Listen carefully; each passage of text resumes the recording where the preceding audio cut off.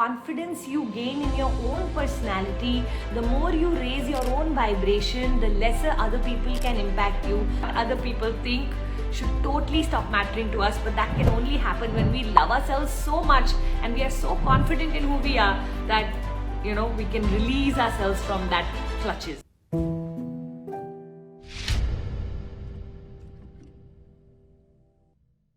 Hamda, ma'am, I feel very hurt very easily when my husband says anything really small. How to deal with this, ma'am?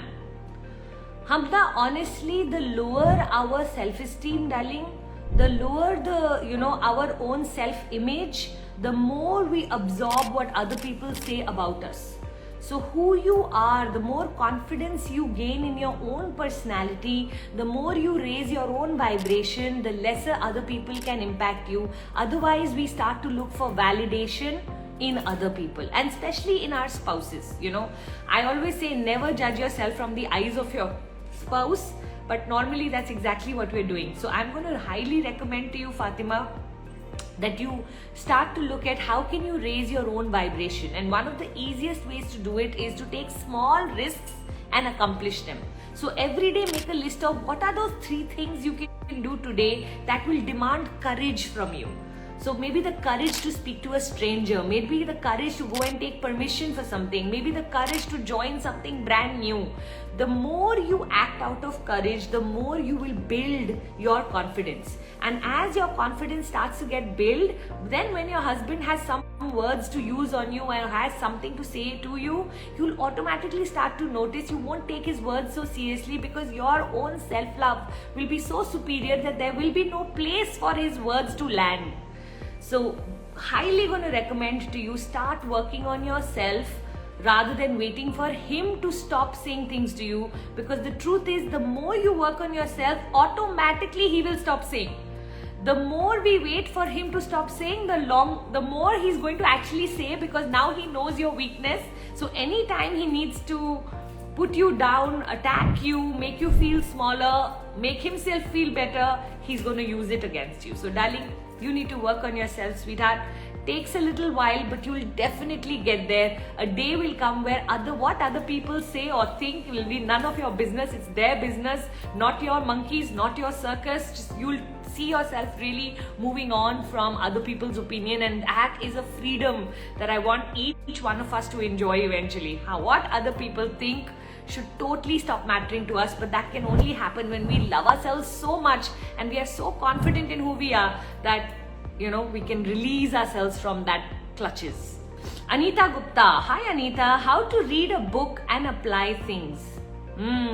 So Anita, one of the things you'll notice after every Insta live of mine, I always say, can you give me your 3 biggest takeaways? Even after reading every book, see if you can actually write down what were your 1, 2 or 3 biggest takeaways. See, a book or any kind of material will carry too much knowledge, and sometimes we can float in so much knowledge that we forget to take action.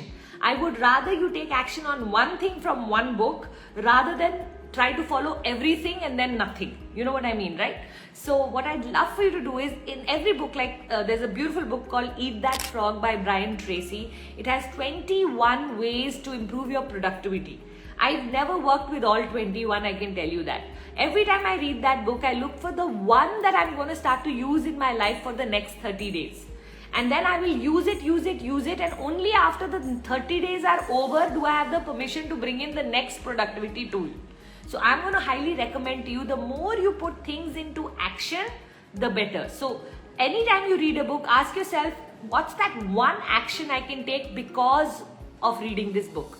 And you'll see as you apply that one thing, it is so much more powerful, because over the years, over the months, things get collected. When people look at my morning routine, they go, oh my God, Puja, you start at 4 in the morning and you go till 8 in the morning, like 4-hour morning routine.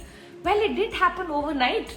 Very slowly but very consistently, I kept adding one thing. Now they all flow into each other, so it's become very easy for me to do. But if I had to start today, like when I go to the exercise room or my gym, I'm not going to use all the machines from day one. But maybe by the end of the year, every machine I will know how to and what to do, correct?